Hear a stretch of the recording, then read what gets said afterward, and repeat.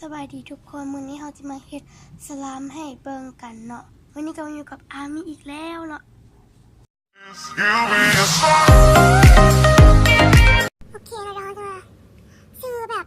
สูตรสลามนี่เป็นสูตรสลามแป้งเย็นเพสันเนาะเดี๋ยวเราไปเบิ่งอุปกรณ์กันนี่ก็คือตัวแรกของเราเนาะเป็นพระเอกเนาะอันนี้ก็จะเป็นแป้งเย็นเพสันที่เราขาดบ่ได้เนาะตรงนี้เนาะแล้วต่อไปก็จะเอาสีของเราจะเป็นแบบพวกนี้เอาเนาะสีเนาะแล้วกาวนี่เราไปใช้เป็นกาวน้ำใสหรือว่าเป็นกาวน้ำขุ่นก็ได้นะสูตรนี้แล้วก็นี่ครีมอาบน้ำเอาครีมอย่างก็ได้เนาะแล้วก็กล้องคนกับบ่วงเนาะเดี๋ยวเราไปเบิ่งวิธีเฮ็ดกันเลยเผื่อคนเราจะเป็นเผื่อคนอันนี้เนาะเดี๋ยวทำให้เราเฮ็ดขั้นตอนแรกเราก็จะเอากาวใส่นี่เนาะใส่ลงไปตามปริมาณที่มากเลยเราอยากได้หลายกาใส่หลายอยากได้น้อยก็ใส่เราจะใส่ธรรมดากลางๆเนาะเขาจะใส่ประมาณนี้เนาะเดี๋ยวเราก็เบิ่งแล้วก็คนในนึงสิเนาะโอเคเดี๋ยวต่อไปเนี่ยเราจะใส่สีเนาะสีนี้เราใช้เป็นสีบัวเนาะจะจัดนิดนึงนะคะจะเอาไปเลย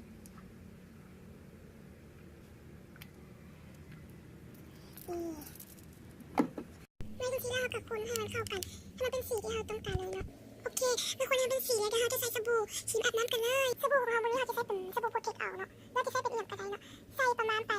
2 บวงหรือว่าบวงครึ่งใส่ประมาณ2 บวงเลยเนาะ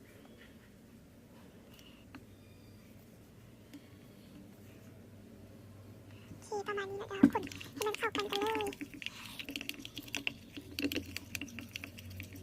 เข้ากันแล้วมันก็จะรู้สึกแต่ว่าเนื้อมันจะติดตัวกันเนาะมันจะติดกันเป็นประมาณนี้เนาะนี่แม่ดูที่เราจะเป็นพิเศษกันเลยอันนี้คือเบสของเราที่ขาดบ่ได้ก็คือแป้งเย็นนี่เลยเนาะมันจะช่วยให้เนื้อเนี่ยมันติดตัวกันนะเราใส่ไปทีละหน่อยเราใส่ไปทางนี้ก่อนเนาะอันนี้ใส่1 ก่อนโอเคแล้วทุกคนให้มันเข้ากันแล้วก็จะรู้สึกว่าติดต่อมันก็คล้ายๆว่าจะ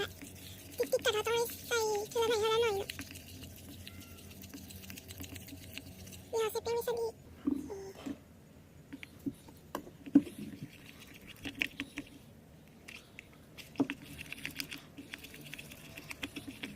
เดี๋ยวต้องคนไปสักพักเพื่อให้เวลามันเนาะ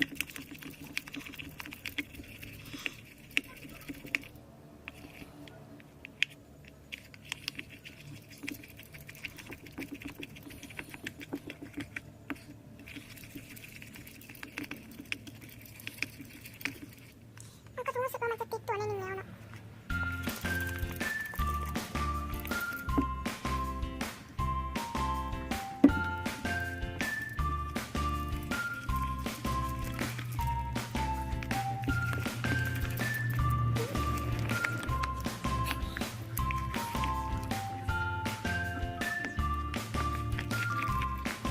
อันนี้มันก็จะรู้สึกว่ามันจะติดกันเห็นไหม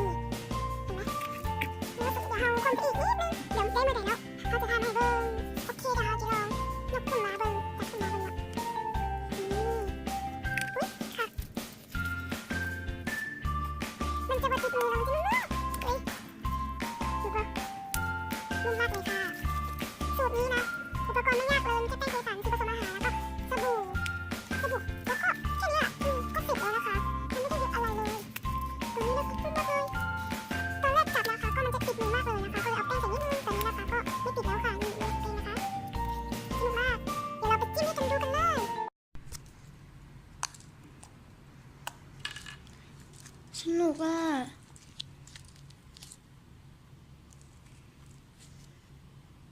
เป็นไงกับไอสลามตัวนี้คะเสียงก็นุ่มสวยนุ่มด้วยนะคะก็จะอยู่แล้วใส่กาวแค่นิดเดียวได้เยอะมากเลยนะเนี่ยไม่เปลืองเลยนะคะเนี่ยมันจะรู้สึกนุ่มมากเลยค่ะโอเคนะคะคลิปนี้ก็จบแค่นี้นะคะถ้าใครชอบคลิปนี้ก็อย่าลืมกดไลค์กด subscribe กดแชร์หรือว่าถ้าอยากให้เราทำคลิปอะไรต่อไปอีกก็อย่าลืมคอมเมนต์ข้างล่างนี้ได้เลยนะคะสำหรับนี้ก็บ๊ายบาย